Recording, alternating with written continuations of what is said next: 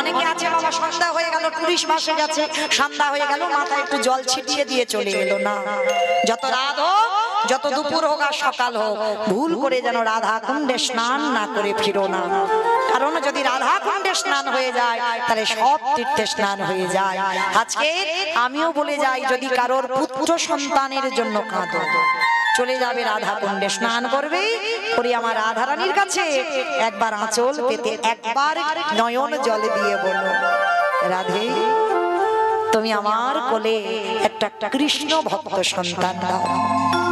আমার বিশ্বাস যদি কেউ ভক্তি ভরে নয়ন জলে আমার রাধা রানীর কাছে কেউ আরতি জানাতে পারে, অবশ্যই করে তার কোল আলো হবেই। যেটা জমিদার হিরণ্য দাস আর গোবর্ধন দাসের ঘর আলো করে এসেছিল, ওই রাধা কুণ্ডে রাধা রানীর কাছে মানত করে রঘুনাথ দাসকে পেয়েছিল। কিন্তু আমরা মা গুলো কি করি জানো? ভগবানের কাছে বলি, ঠাকুর চাকরিওয়ালা ছেলে দাও, ডিগ্রিওয়ালা ছেলে দাও। কই কোনো মা তো বলে না যে আমার একটা কৃষ্ণ বলা পাখি দাও। সে তুমি তাকে লেখাপড়া চাকরি ভূত যা দাও দেবে, ওসব আমার কোনো দাবি দাবা নেই, শুধু যেন সে মানুষের মতো মানুষ হয়। শ্রী শ্রী রামকৃষ্ণ ঠাকুরের বই যারা পড়বেন, ঠাকুর সবাইকে একটা কথা বলতো না, তোদের চৈতন্য হোক, তাই না? আচ্ছা বাবা, আমাদের এত পড়াশোনার ডিগ্রি আছে, আমাদের চৈতন্য নেই? বলে হ্যাঁ আছে। মানুষের মতো দেখতে হলে তারে মানুষ হয় না। মানুষ তাকে বলবে যার হৃদয়ে মনুষ্যত্ব জ্ঞান। শুধু মানুষের মতো দেখতে বলে তুমি মানুষ নও, আগে মনুষ্যত্ব জ্ঞান অর্জন করো, সদ্গুরু বৈষ্ণব চরণ ধুলা নাও, পিতা মাতাকে সম্মান করো, তবেই তুমি মানুষ। জগতে যদি সবাই বলে তুমি ভালো, তবে তো ভালো, নিজে যদি ভালো বলো তো ভালো না, কখনো না। তো আজকে সন্তান মানুষ করবে বাবা, বাবা নয়। কেউ যদি মনে করে বাবা ছেলে মানুষ করবে, না, ছেলে মানুষ করবে মা। ছেলের আধ্যাত্মিক চেতনা দেবে ও মা, বাবা নয়। হরি বল। বাবা যেটা পারবে না সেটা মা পারবে। যার জন্য আমার চৈতন্য মহাপ্রভু বাবার পরিচয়ে নয় মায়ের পরিচয়ে এসেছে। নাম নিয়েছেন কি গো? সচ্চিদানন্দন গৌরাঙ্গ সুন্দর। কেউ কিন্তু বলি না আমরা জগদানন্দন গৌরাঙ্গ সুন্দর, কারণ বাবার নাম জগন্নাথ, মায়ের নাম সচি ঠাকুরানী। বাবার নামে এলো না কেন? আপনারা কলির মানুষ, আমি কলির মানুষ, ভগবান কলির ভগবান। তাহলে আপনারা বাবার পরিচয় পরিচিত, আমি আমার বাবার পরিচয় পরিচিত। আর এই পৃথিবীতে যার বাবার ঠিক নেই, সমাজ কলঙ্কিত করে দেয়। বলে না ওর জন্মের ঠিক নেই। কত কটু কথা বলি, যদি আমি বাবার নামটা লিখতে না পারি, দেখো যে মা দিল ব্যথা সে মা রইল কোথা। মায়ের কোনো পরিচয় নাই, বাবার ঠিকানাটা লাগবে কলিযুগে। তাহলে বাবার পরিচয়ে যদি আপনারা আমরা পরিচিত হই, আমার চৈতন্য মহাপ্রভু কেন হচ্ছে না? কেন মার পরিচয় পরিচিত হলো? এটাই তত্ত্ব, এটাই জানতে হবে। কারণ বাবা যেমন বাবা সন্তানকে ভালোবাসে, মাও সন্তানকে ভালোবাসে। বাবার ভালোবাসা হলো ঐশ্বর্যে, মায়ের ভালোবাসা হলো মাধুর্যে। দেখবেন ধুলো কাদা বালি মেখে আছে একজন ছোট্ট বাচ্চা, বাবার কোলে উঠতে যায় বেশিরভাগ, তবে বাবা সবাই নয়, কান মুলে নিচ্ছে বেশিরভাগ।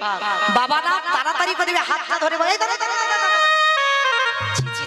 বাবা গো কি নোংরা মেখে আছে গো, যা যা আগে মার কাছে পরিষ্কার হ, আগে প্যান্ট জামা পরে হাত মুখ ধুইয়ে মার কাছে পরিষ্কার হয়ে তবে আমার কোলে উঠবে।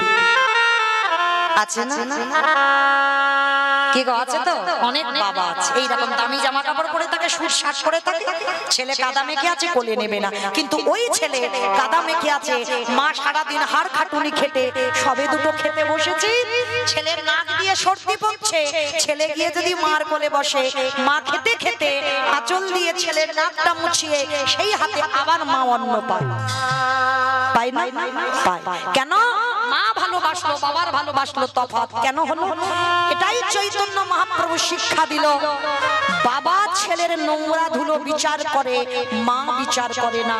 ঠিক তদ্রূপ আমি কলিকালের ভগবান হয়ে নদিয়ায় যাব, আমি যদি বাবার পরিচয় পরিচিত হই, তাহলে কলির নোংরা মাখাজি সবাই নোংরা মেখে আছে, কাম কাঞ্চনে আসক্ত, বিষয় বিষয় আসক্ত। এই কলুষিত মনে ঈশ্বরের প্রতিফলন হবে না।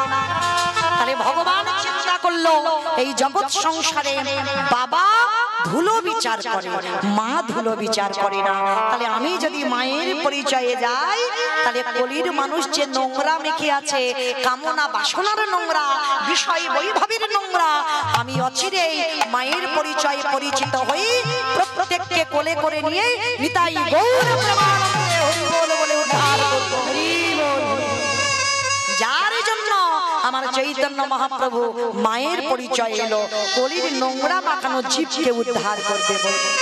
এই জায়গাটাই তফাৎ। তাহলে মা পারে ছেলে তৈরি করতে, তাই সবার চরণ ধরে নিবেদন। এখনকার বাচ্চাদের কত বই, ছোট বাচ্চাদের দেখবে কত বই, তাই না? কিন্তু মনে রেখো, বই পড়াবে, তার পিছনে একটু করে হলেও প্রতিনিয়ত বাচ্চা বেলা থেকে একটু গীতা পাঠ করা অভ্যাস করাবে। আমি করিয়েছি বাবা আমার ছেলেটাকে, এখন আর বলতে লাগে না, স্নান করে সে 2টো বাজুক আর 3টে বাজুক, এক পাতা করে গীতা পাঠ ওকে করতেই হবে। কেন? এটা তুমি মা, তোমাকে তৈরি করতে হবে সন্তান। তো আজকে এই ছোটবেলা থেকে রঘুনাথ দাস বৈরাগ্য ভাব। বৈরাগ্য মানে বোঝো, সংসার ধর্ম ত্যাগ করে চলে যাওয়া নয়। বৈরাগ্য সংসারে থেকে হয়, কলিযুগে সন্ন্যাস নিষিদ্ধ। তাহলে সংসারে থেকে বৈরাগী হওয়া যায় কিরকম? যেদিন বাবা তোমার জিহ্বার লালসা চলে যায়, মন দিয়ে শুনবেন মা, এই জায়গাটায় সংসারে থেকে বৈরাগ্য হবে, জিহ্বার লালসা চলে যাবে। দেখবেন এই যে মাছ মাংস রবিবার হলে মাংস খেতেই হবে, এই লালসা থাকবে না। মানে কোন রকমে একটু আলু সিদ্ধ ডাল হলেই, মানে উদরটা ভর্তি হলেই হয়ে যাবে। যেদিন তোমার হৃদয়ে আসবে, মনে করবে তোমার জিহ্বার বৈরাগ্য হয়ে যাবে।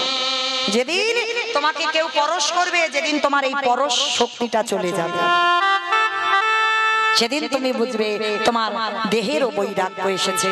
যেদিন কর্ণ কৃষ্ণ কথা ছাড়া আন কথা কানে নেবে না, সেদিন কর্ণেরও বৈরাগ্য হয়ে যাবে। যেদিন দৃষ্টি শক্তি, ভগবত দর্শন, সাধুগুরু বৈষ্ণবের চরণ ছাড়া আর কিছু দেখতে চাইবে না, সেদিন তোমার চোখের বৈরাগ্য হয়ে যাবে। যেদিন তোমার মন সকল সংসারের চিন্তা থেকে দূরীভূত, শুধু একটাই চিন্তা হবে, আমি কি তারে পাবো না। এই চিন্তাটা যেদিন তোমার মাথায় এসে যাবে, সংসারে সব চিন্তা বন্ধ, আমি কি তারে পাবো না, সেদিন জানবে তোমার মনেরও বৈরাগ্য এসে যাবে। রঘুনাথ ছোটবেলা থেকে তার বৈরাগ্য ভাব। যেখানে সাধুগুরুরা আসে ও ছুটে ছুটে চলে যায়, যেখানে ভাগবত হয় ও ছুটে চলে যায়, যেখানে হরিনাম হয় ও ছুটে চলে যায়। বেঁধে রাখতে পারে না, কিছুতে বেঁধে রাখতে পারে না। বাবা মা সিদ্ধান্ত নিল ছেলেকে একটু পড়াশোনা করাতে হবে। নিয়ে গেল কোথায়? বলদেব আচার্যের কাছে, পাঠশালায় ভর্তি করলো। আর দেখবেন বাবা, বড় লোকের ছেলেরা একটু জেদি হয়, হয় না মা? খুব জেদি হয়, খুব একটা ভালো পড়াশোনা করতে চায় না। আর যদি বা একটু মারধর করো, ওর গার্জেনরা তেড়ে আসে। তা বলদেব আচার্য বললেন যে এই রঘুনাথকে আমি দায়িত্ব নিতে পারবো না, কারণ ও বড় লোকের ছেলে, ও পড়াশোনা করবে না। তাই হিরণ্য দাস আর গোবর্ধন দাস 2 ভাই বলদেব আচার্যকে গিয়ে বলেছিল, গুরুদেব আপনি জানেন না এ বড় লোকের ছেলে হতে পারে, এ ছোটবেলা থেকে একটু অন্য ধরনের, আপনি একটু চরণে আশ্রয় দেন। ও যদি একটু পড়াশোনা না করে, আমার এই মহল দেখভাল করবে কি করে? ঠিক আছে আমি রাখলাম, তবে যদি কোনোদিন অন্যথা দেখি আমি কিন্তু ওকে বের করে দেব। ঠিক আছে। অমায়েরা রঘুনাথ আশ্রয় পেল পাঠশালায়। সমস্ত পড়ুয়ারা পড়াশোনা করে, ভাগবত পাঠে বসে বলদেব আচার্য। সমস্ত বন্ধুরা কত হাসি ঠাট্টা গল্প গুজব করে। আর জানো মা, ওই ছোট্ট রঘুনাথ সবার সামনে বসে ভাগবত শোনে। আর ওই ভাগবত শোনে, আর 2টো নয়ন জলে বুক ভেসে যায়। বলদেব আচার্য পাঠ করতে করতে ভাবলো, অন্যান্য পড়ুয়ারা এরা শুনছে, এরা তো কিছু বোঝে না, কিন্তু এইটুকু 5 বছরের ছেলে রঘুনাথ, এ কি বোঝে ভাগবতে? তো পাঠ করতে করতে পাঠ বন্ধ করে গুরুদেব প্রশ্ন করছে, রঘুনাথ, ও রঘুনাথ, আচ্ছা বাবা, তুমি যে এই যে ভাগবত পাঠ শুনছো, তুমি কি কিছু বুঝতে পারছো? এই হলো শিক্ষা। ভালো করে বুঝবেন মা, একটা ছোট্ট বাচ্চাকেও তুই বলে সম্বোধন করার অধিকার তোমার নেই। কারণ তুমি যদি একটা শিক্ষা দিতে গিয়ে কারোকে তুই বলে সম্বোধন করো, তাহলে সে শিখবে কি ছোটবেলা থেকে? তাহলে সে তো ওটাই শিখবে।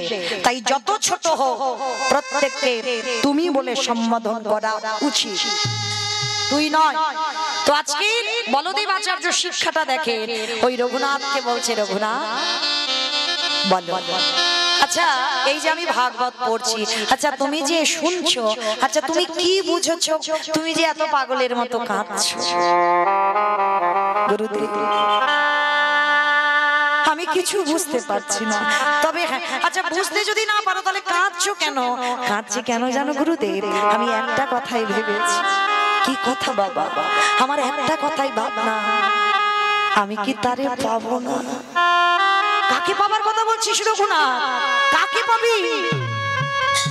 আমি কৃষ্ণ চরণ পেতে চাই। ছোট্ট ছেলে রঘুনাথকে বুকে ধরে বললে, পাবি বাবা, পাবি অবশ্যই, কোনো না কোনো দিন তোমার কৃষ্ণ কৃপা হবেই হবে। বেশ কিছুদিন রয়ে গেল, ওই রঘুনাথ আসতো না। ওদিকে বিনাপুরের জঙ্গলে লক্ষ্য হীরাকে উদ্ধার করে হরিদাস ঠাকুর এসেছিল একটা দিনের জন্য বলদেব আচার্যের ঘরে। আর যেই না বলদেব আচার্যের ঘরে এসেছে হরিদাস ঠাকুর, সমস্ত পড়ুয়ারা হরিদাস ঠাকুর এসেছে, হরিদাস ঠাকুর এসেছে বলে কি করেছে, সবাই ছুটে গিয়ে পঞ্চাঙ্গ প্রণাম। পঞ্চাঙ্গ প্রণাম মানে হাঁটুটা মাটিতে রেখে মাথাটা ঠেকিয়ে প্রণাম। আর ওই ছোট্ট রঘুনাথ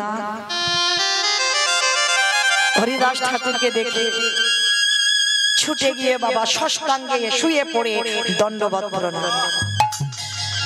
তবে মায়েরা, আমাদের নারী জাতিদের দণ্ডবত প্রণাম নয়, নিষিদ্ধ। পুরুষ জাতি তাদেরই হবে দণ্ডবত প্রণাম। নারীদের ওই পাটা মাটিতে, হাঁটুটা মাটিতে রেখে ওই পঞ্চাঙ্গ প্রণাম করতে হয়। আর পুরুষ জাতিদের ষষ্ঠাঙ্গে দণ্ডবত প্রণাম। তো যেই না রঘুনাথ ষষ্ঠাঙ্গে দণ্ডবত প্রণাম, ওই যে বাবা ভক্ত ভক্তরে চেনে, যেই না হরিদাস ঠাকুর রঘুনাথের হাতটা পরশ করেছে, সঙ্গে সঙ্গে হৃদয়টা যেন বিদ্যুতের মতো চমকে উঠেছে।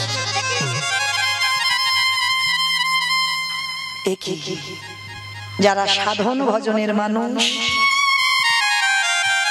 ভক্তের অঙ্গ পরশ করলেই বুঝতে পেরে যাবে এর দেহটা ভজনের দেহ, সাধনের দেহ। যেই না পরশ করেছে, হরিদাস ঠাকুর দেখছে, নয়নের দিকে তাকিয়ে মাথায় হাত দিয়ে বলছে, বাবা বাবা বাবা, এই তো এই মাটিতে বীজ বপন করলে অঙ্কুরিত হবেই হবে। এই তো ষোড় গোস্বামীর মধ্যে এক গোস্বামী পেয়ে গেছি, বাংলার মাটিতে আর একজন ভক্ত আমি পেয়ে গেছি।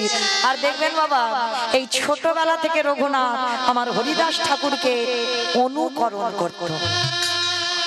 আমার অনুকরণ মানে বোঝো তো? অনুকরণ মানে বোঝো না? না না, করতো না। মানে একজনকে দেখে অনুকরণ, যেমন এখন আমাদের কীর্তন জগতে হচ্ছে, দেখবেন মানে একজনের কীর্তন হুবহু অন্যজন একই রকম করে, একই রকম, এইগুলোকে বলা হয় অনুকরণ। মানে আমার কীর্তন একজন মানে একেবারে ডুপ্লিকেট করে সেই রকম কীর্তন এরকম হয়, এটাকে অনুকরণ বলা হয়। তো এটা শুধু আমাদের জীবনে নয়, সেটা তখনকার সমাজেও ছিল। রঘুনাথ দাস জমিদারের ছেলে হয়ে সর্বক্ষণ হরিদাস ঠাকুরকে অনুকরণ, তবে অন্য কিছু অনুকরণ নয়, তার ভক্তির পথটাকে অনুকরণ করত। 24 ঘন্টায় একবার আহার করে। আর আমাদের জগতের মানুষেরা বলে না খেলে নাকি মরে যায়, রোগা হয়ে যায়। কি গো, বেশি যত আহার করবে ভজনে বাধা হয়ে যাবে, যত কম আহার করবে তত ভজন শক্তিটা বেড়ে যাবে। অতিরিক্ত আহার নিষিদ্ধ, অতিরিক্ত নিদ্রা নিষিদ্ধ, ভজন পথে এগুলো বাধা হবে। তো আজকে রঘুনাথ জমিদারের ছেলে হয়ে 24 ঘন্টায় একবার আহার করত। আমি প্রথমেই বলেছি বাবা, এই চরিত্র শুনলে তুমি ভক্তির পথে কি করে যাবে বুঝতে পেরে যাবে। একবার আহার আহার করে, আর নিদ্রা জমিদারের ছেলে হয়ে পালঙ্ক নয়, মেঝেতে একটা কোন রকমে মাদুর বিছিয়ে, কোনো বালিশ নয়। হরিদাস ঠাকুর বলছে, রঘুনাথ তুই তো এখন ছোট বাবা, একটু বড় হ না বাবা, তবে তুই আমাকে অনুকরণ করিস না। শিশুকাল থেকে যদি আমি অনুকরণে না থাকি তাহলে বড় হয়ে শিখব কি? ছোটবেলা থেকে ওই ভাগবত পাঠ, ছোটবেলা থেকে এটা রঘুনাথের স্বভাব। একটু বড় হয়েছে, বড় হতে বাড়িতে ফিরে গেছে, আর বাড়িতে ফিরেই বাবা যেখানেই হয় হরিনাম সংকীর্তন ভাগবত, রঘুনাথ চলে যায়। আর বড় লোকের ছেলে একটা সম্মানের ব্যাপার আছে, আবার প্রজারা ছুটে গিয়ে রঘুনাথকে ধরে ধরে আনে। মানে কিছুতেই ছেলেটাকে ঘরে মন বসাতে পারছে না, মানে শুধু মানে পাগলের মতো। দেখবেন বাবা, যারা কৃষ্ণ ভক্ত হয়েছে না, যদি তোমার হৃদয়টা ভগবানের জন্য আকুলতা বেড়ে যায়, আকুলতা বোঝো, মানে এটা শ্রী রামকৃষ্ণ পরমহংসদেবকে আমার নরেন প্রশ্ন করেছিল, ঠাকুর ভগবান পেতে গেলে কি করতে হয় গো? ভগবান যে পাবো, কি করলে ভগবান পাবো? তখন শ্রী রামকৃষ্ণ পরমহংসদেব দক্ষিণেশ্বর কালীবাড়িতে ছিল, আর কি করেছে বাবা, ঠাকুর নরেনকে ডেকে বলেছিল, নরেন এখানে আয়।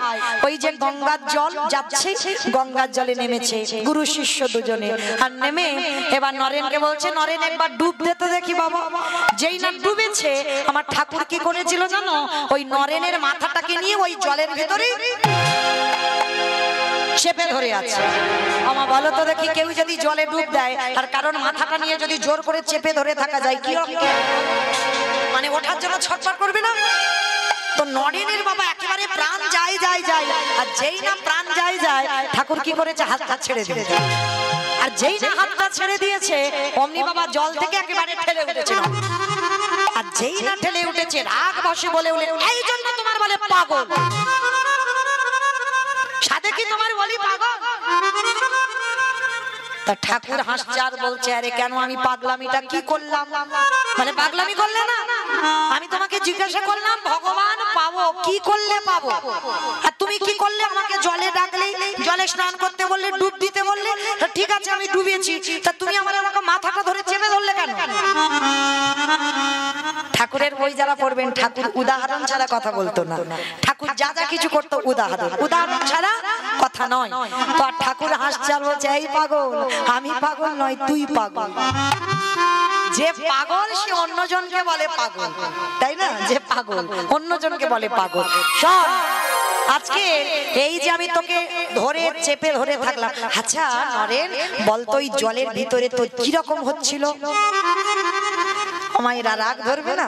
জলের তলায় মাথা চেপে ধরে আছে, গুরুদেব জিজ্ঞাসা করছে, বলতো কিরকম হচ্ছিল? তো হ্যাঁ গো, সাধে তোমার বললাম পাগল, ওই যে যখন ধরেছিলে না, আমার প্রাণটা আঁকু পাকু করছিল, মানে এই যেন বেরিয়ে যায়, এই যেন বেরিয়ে যায়। শোন, আমাকে প্রশ্ন করেছিস কি করলে কৃষ্ণ দর্শন হবে?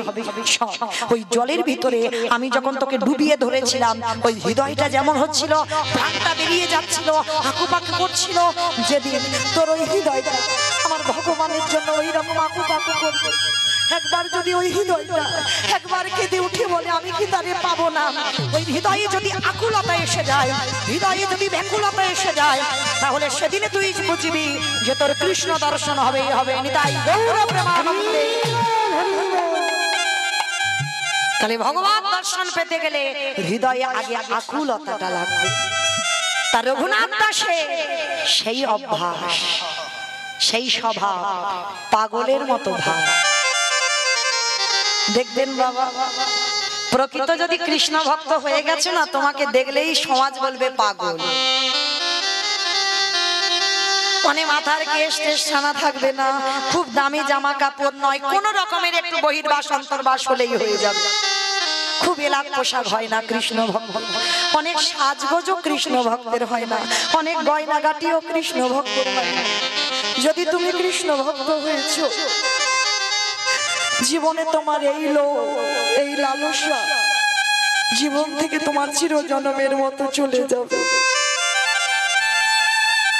আর সব থেকে বড় কথা বাবা, সব থেকে অপরাধ হয়ে যাবে যদি ভক্তি পথে এসে অলংকার পরিধান করো। আছে না কলি বসবাস করছে তো সোনাতে, তাই তো ওই অলংকারে, ওই জন্য ভক্তি পথে নিষিদ্ধ। আজকে রঘুনাথ জমিদারের ছেলে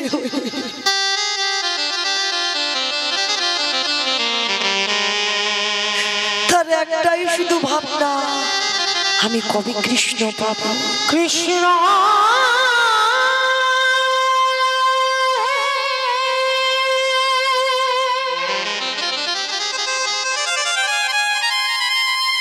একেবারে দেখো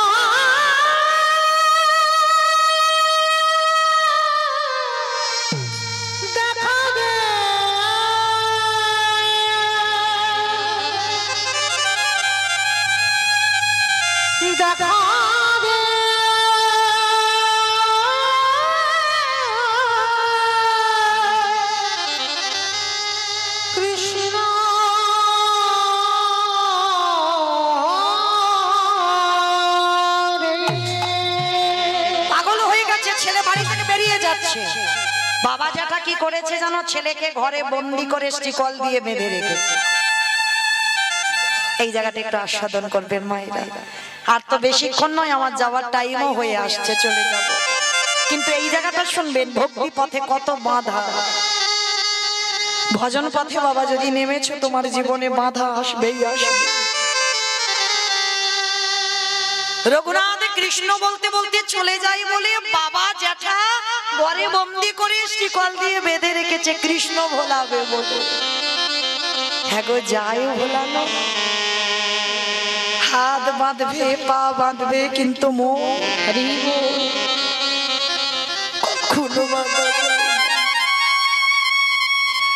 বাবা জ্যাঠাকে বলছে ভালোই হয়েছে বাবা, তুমি এই যে শিকলে বেঁধে রেখেছো আমায়, খুব ভালো করেছো। কারণ ভজন করতে গেলে নিরজন জায়গাটাই তো ভালো, যার জন্য ত্রিলোকের বড় বৈষ্ণব বেছে নিয়েছে কেদারনাথ বদ্রীনাথ। লোকালয়ে ভজন হয় না, মালাতে আমরা নাম করি ঠিক কথা, ওটা নাম হয় বাইরের নাম, ভিতরের নাম নয়। ভিতরের নাম করতে গেলে তোমার জানালা দরজা বন্ধ করে ঘরে নিরজনে বসতে হবে। সেই নামের মতো নাম তুমি লোকালয়ে পাবে না, ওই নামটা যে সঠিক নাম হয়। তো আজকের রঘুনাথ বলছে ভালোই করেছো, আমার হাত বেঁধে রেখেছো, পা বেঁধে রেখেছো, এইবার আমাকে কেউ জ্বালাতন করবে না, আমি নিরজনে ভজন করতে পারবো। ঠিক আছে, বন্দি করেছে রঘুনাথকে কৃষ্ণ ভোলাবে বলে, প্রতিদিন খেতে দেয়, রঘুনাথ খায় না। এক সপ্তাহ অনাহারে আছে, শুধু তার মুখের একটাই ভাষা, আমি কি তারে পাবো না, আমি কি কৃষ্ণ পাবো না। এক সপ্তাহ যখন ছেলে খাইনি, বাবা জ্যাঠা ছুটে এসেছে, রঘুনাথ রঘুনাথ, শুনলাম তুমি নাকি এক সপ্তাহ কিছু খাওনি, যা যা খাবার দিয়েছি তুমি নাকি সব ফেলে দিয়েছো। কি হয়েছে রঘুনাথ? ছেলের কঙ্কাল সার দেহ। হরি বল। ভজন পথে নামলে তুমি সুঠাম হবে না, কখনো হতে পারো না। কঙ্কাল সার দেহ রঘুনাথ, শুধু কৃষ্ণ নামে কেঁদে, কৃষ্ণ নামে। জ্যাঠামশাই থাকতে পারছে না ছেলেটাকে দেখে। হরি বল। ছেলেটাকে দেখে বলছে রঘুনাথ, জ্যাঠামশাই বলছে রঘুনাথ তোর কষ্ট আমি আর সহ্য করতে পারছি না বাবা। ঠিক আছে, তোকে বন্দি করে রেখেছি তো আর রাখবো না বাবা, তোর হাত পা সব খুলে দেব। বল বাবা তুই আমার কাছে কি চাস? কথা দিলাম আর কষ্ট দেব না, আর দুঃখ দেব না। বল তুই আমার কাছে কি চাস? জ্যাঠামশাই আমি যা চাই তুমি আমায় দেবে। দেব বাবা দেব, কিন্তু তোর কষ্ট আমি আর নিতে পারছি না। বল বাবা তুই আমার কাছে কি চাস? ত্রিশত্ব করো জেঠু, আমি যা চাইবো তুমি আমায় দেবে। ঠিক আছে আমি ত্রিশত্ব করলাম বাবা, বল কি চাস? মনে রেখো জেঠু তুমি কিন্তু ত্রিশত্ব করেছো, আমি যা চাইবো তাই বললাম তো দেব। বল কি চাস জেঠু? কৃষ্ণ এনে দেওয়া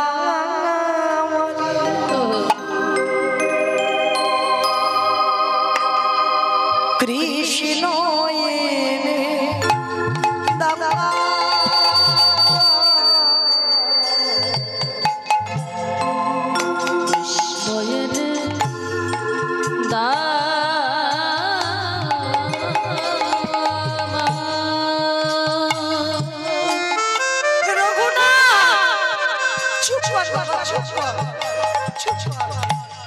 কৃষ্ণ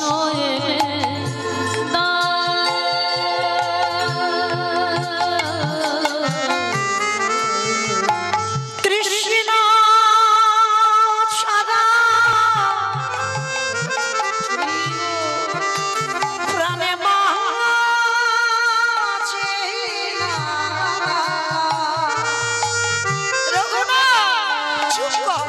বলিস না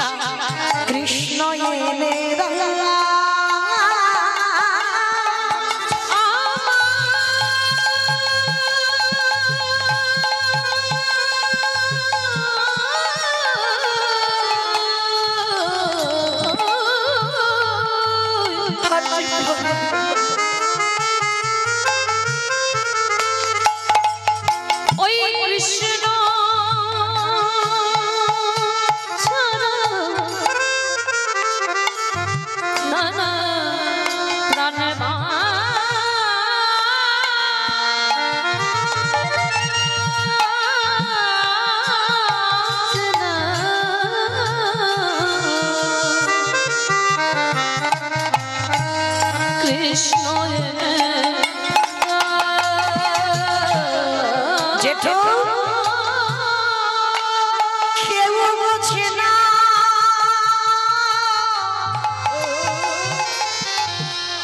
আমার মনের কথা,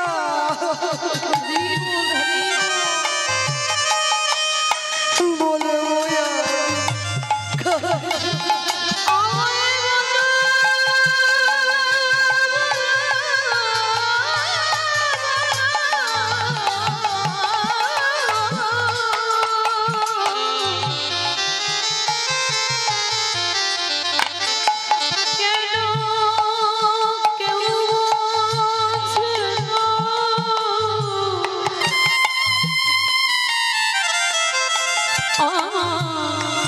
মনে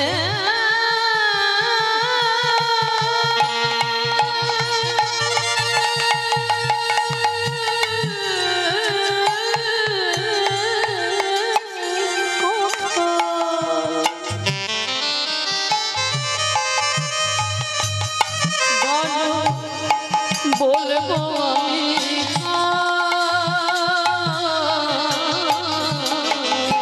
কৃষ্ণ এনে দাও আমার, কৃষ্ণ এনে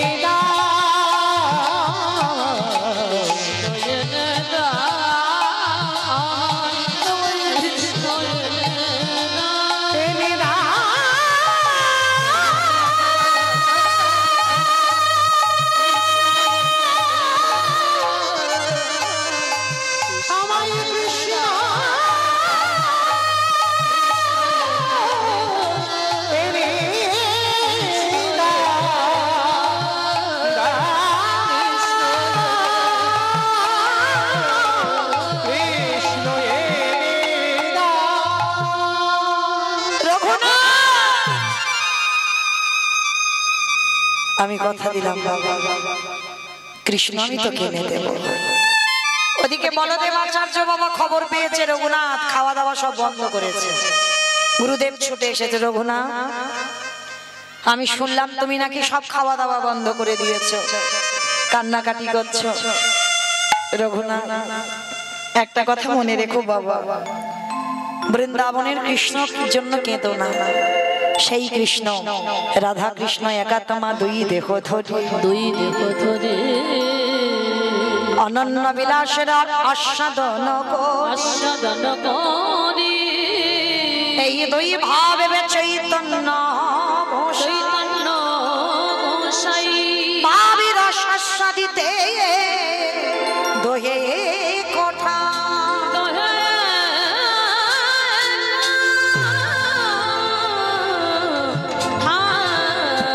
কি বললাম? কৃষ্ণ বলে কেঁদো না, কাঁদতে যদি হয় গৌর বলে কাঁদো। কেন? কলির মানুষ সেই রাধা কৃষ্ণের আত্মা হয়ে কলিকালে গৌরাঙ্গ হয়ে এসেছে। গুরুদেব, তাহলে কৃষ্ণ বলে কাঁদবো না? হ্যাঁ, গৌর হয়ে এসেছে। কোথায়? নবদ্বীপের মাটিতে। যাও, নবদ্বীপে গিয়ে দর্শন করে এসো। তো আজকে হিরণ্য দাস আর গোবর্ধন দাস নিয়ে গেল নবদ্বীপের মাটিতে চৈতন্য মহাপ্রভুকে দর্শন করাতে। কিন্তু বাবা এমন কপাল, এমন ভাগ্য, তখন নিমাই 24 বছর বয়সে সন্ন্যাসী হয়ে দর্শন হলো না। কিন্তু পরক্ষণে বাবা একটা দিনের জন্য এসেছিল অদ্বৈত আচার্যের ঘরে শান্তিপুর। যখন হিরণ্য দাস আর গোবর্ধন দাস খবর পেল, তো রঘুনাথ দাসকে সঙ্গে নিয়ে অদ্বৈত আচার্যের ঘরে গেলেন। আর অদ্বৈত আচার্যের ঘরে গিয়ে বাবা সবাই ওই যে পঞ্চাঙ্গ প্রণাম, ওই ছোট্ট রঘুনাথ ছুটে গিয়ে শুয়ে পড়ে দণ্ডবাদ প্রণাম। আর যেই না দণ্ডবাদ প্রণাম করেছে, সবাই তো হরি নামে মেতে আছে। রসে তনু ঢর ঢর গৌর কিশোর বহর, রসে তনু ঢর ঢর গৌর কিশোর বর, রসে তনু ঢর ঢর গৌর কিশোর বর, রসে তনু ঢর গৌর কিশোর বর। এ বিনা শ্রীকৃষ্ণ চৈতন্য, শ্রীকৃষ্ণ এ বিনা শ্রীকৃষ্ণ চৈতন্য, শ্রীকৃষ্ণ এসব নিগুড় কথা কহিতে অন্তরে ব্যথা, গুরু কথা কহিতে এসব নিগুড় কথা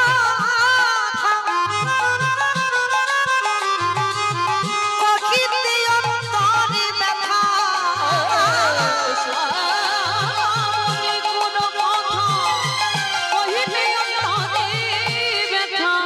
ভক্ত বিনা নাহি জানে অন্য, হৃদয় গৌর হরিবে অন্য, ভক্ত বিনা নাহি জানে অন্য। চৈতন্য মহাপ্রভু হরিনামে মেতে আছে ভক্তদের সঙ্গে নিয়ে। আর যেই না রঘুনাথ গিয়ে ষষ্ঠাঙ্গে দণ্ডবাদ প্রণাম, রঘুনাথকে দর্শন করে মহাপ্রভু ভাবলেন, এই তো সেই বীজ, এই মাটিতে বীজ পুঁতবো, অঙ্কুরিত হবেই হবে। নিতাই দাদাকে খবর দিল, দাদা যে থালাতে আমি প্রসাদী পাই, ওই থালাতে প্রসাদী এনে রঘুনাথকে দাও। কি গো, কৃপা হয়ে গেল তো? আর কি তয়েক দরকার, কি প্রয়োজন? ভগবানের উচ্ছিষ্ট পাওয়ার জন্য ভক্তরা লাইনে দাঁড়িয়ে আছে, লালায়িত। জনম জনম চলে যাচ্ছে, যুগ যুগ চলে যাচ্ছে, কত যোগীগণ যোগে পাচ্ছে না, মুনিগণ মনে পাচ্ছে না, ধ্যানীগণ ধ্যানে পায় না, ব্রহ্মা ব্রহ্ম লোকে পায় না, শিব শিব লোকে পায় না, ইন্দ্র ইন্দ্র লোকে পায় না। আর আজকে রঘুনাথ প্রথম দর্শনে বাবা ভগবানের উচ্ছিষ্ট প্রসাদ, কৃপা হয়ে গেল। রঘুনাথ সর্বক্ষণ ওই প্রভুর চরণ সেবাতে রত। বেশ কিছুদিন কাটলো ওই অদ্বৈত আচার্যের ঘরে। এইবার বলল রঘুনাথ, আমি ফিরবো, পুরীধাম যাত্রা করব, পুরীধাম থেকে বৃন্দাবনে যেতে চাই। যাও, তুমি তোমার রাজ ঐশ্বর্য দেখভাল করো, তুমি তোমার রাজত্বে ফিরে যাও, তোমার বাবা মার কোলে তুমি ফিরে যাও। না না গৌর, আমি জেনেছি বৃন্দাবনে রাধা কৃষ্ণ একাত্মা হয়েছে গৌরাঙ্গ। আমি কৃষ্ণ বাবার জন্য ছোটবেলা থেকে লালায়িত। আমি যখন তোমার চরণ পেয়েছি, তুমি আমায় চরণ থেকে সরিয়ে দিও না। রঘুনাথ মনে রেখো, মর্কট বৈরাগ্য ধারণ করবে না। মর্কট কাকে বলে? বানর। হনুমান কিন্তু নয়, হনুমান ত্যাগ, বানর ভোগ। মহাপ্রভু বলছে রঘুনাথকে, মর্কট বৈরাগ্য পাবে না, কোনো যাও, এখনো তো তোমার সে সময় হয়নি। কে গো বাবা? আমি যদি মনে করি আমি নিরামিষ খাবো, হবে? কখনো হবে না। এখনো লালসা রয়ে গেছে। সে লালসাটা নেবে কে? আমার চৈতন্য মহাপ্রভু। যতদিন না তোমার ডাক আসবে ততদিন তুমি ওই ভজন পথের পথিক হতে পারবে। যদিও তুমি জোর জবরদস্তি নেবে বাবা, মাঝ রাস্তায় ছাড়বো ছাড়বো, কবে ছাড়বো ছাড়বো, এর জন্য ছটফট করবে। কারণ অনেক দেরি আছে, অনেক সময় আছে প্রভুর কৃপা পেতে। তো যার জন্য বলছে মরকট বৈরাগ্য ধারণ করবে না। কেমন বৈরাগী যদি হতে হয় তাহলে তুমি সর্বস্ব ত্যাগ করে যেদিন আমার চরণে আসতে পারবে সেই দিন আমি তোমাকে আমার চরণে ঠাই। প্রভু তুমি জানো না আমি সব কিছু ছেড়ে এসেছি না। এই যে বাবা মুখে ছাড়ি ছাড়ি বললে কি হবে, মন তো ছাড়ে। রঘুনাথের মতো ভক্ত বাবা যার চরিত্রটা প্রথম থেকে শুনছেন, এত ত্যাগী, তবে কিন্তু মহাপ্রভু বলছে এখনো তুমি ভোগী হয়ে আছো, এখন তুমি ত্যাগী নও। যেদিন আমি মনে করব তুমি ত্যাগী হয়েছো, তোমার আমার কাছে আসতে হবে না, এমন কায়দা করব আমি নিজেই তোমাকে টেনে আনবো। কে গো? যা কিছু লেখার তো হয়ে গেছে, কার ভাগ্যে কি ঘটবে, কে কোথায় থাকবে, কে কোথায় যাবে, এই সিদ্ধান্তের মালিক হলো আমার বিশ্বের স্রষ্টা মালিক ভগবান। তুমি না আমি নয়। কার জীবনে কি ঘটনাটা ঘটে রেখেছে বা আরো হবে পরবর্তী দিনে, তার ভাবনা ভগবান ভেবে রেখেছে। তো আজকের আপনি আর আমি ভেবে তো বাবা মাথা গন্ডগোল করে তো লাভ নাই। যার জন্য শান্তভাবে নিশ্চিতে সংসার ধর্ম করে যাই আসে। কেমন পয়সা উল্টো পাল্টা চিন্তা ভাবনা মাথায় রেখে কাজ নাই। যত ভাববে তত বাবা ব্রেন একেবারে হরিবোল হয়ে যাবে। আজকে তুমি একজনের ঘরের ধরনি, কালকে অন্য জনের হবে, তাই না? পরশু আবার অন্য জনের হবে। তাহলে কার জন্য তুমি বসে বসে কাঁদবে? আজকে তো তুমি পেয়েছো, তাকে নিয়ে সংসার করো, কিন্তু পরবর্তী দিনে ও কি আর তোমার থাকবে, ও কারোর হবে। এটাই বাস্তব, এটা নিয়ম, এটা মেনে নিতে হবে। তুমি যত বলো না কেন যে আমি এটা মানতে পারছি না, কিন্তু এটাই তোমার ভবিতব্য, এটা তোমার কপালে আছে। তো আজকে লক্ষ্য করে দেখে ভক্তবাৎসল্য ভগবান আজকে রঘুনাথকে বলছে যাও, ফিরে যাও, চলে যাও, যেদিন সময় হবে আমি তোমাকে সঙ্গে নিয়ে আসব। এইবার রঘুনাথ ফিরছে, ওই যে বিশাল বড় নদী পার হতে হবে, নদীতে উঠেছে, আর ওই নদী পার হয়ে আসবে কে? রঘুনাথ ফিরছে নিজে আদি সপ্তগ্রামে। হরি বল। আদি সপ্তগ্রামে ফিরছে, আর মনের আনন্দে বাবা কি গাইছে জানো? দয়াল তোমার লীলা খেলা, দয়ালে তোমার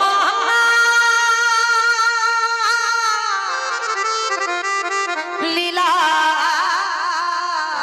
খেলা, ওগো বোঝা বড় ভাই। এই গানের ভাষাগুলো কিন্তু বুঝতে হবে। ভগবানের লীলা বুঝতে পারছো? কে হাসছে, কে কাঁদছে, তাই না?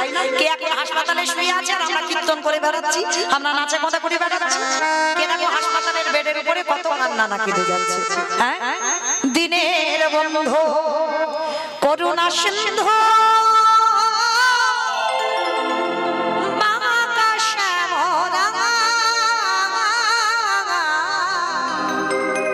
দিনের বন্ধু করুণা সিন্ধু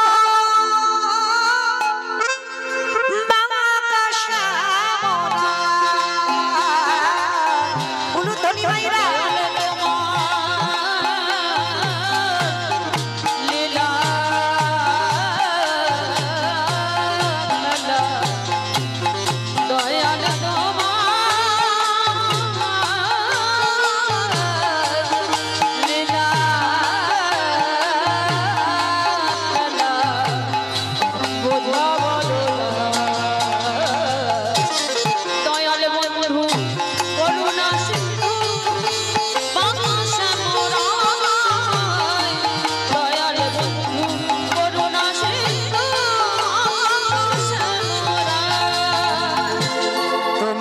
সেই ব্রজের রাধা,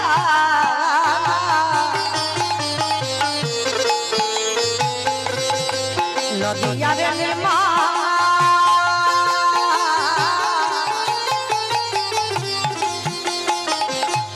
কৃষ্ণ প্রিয়ার বুকে যশোদার জীবন নিতাই গৌর প্রেমানন্দে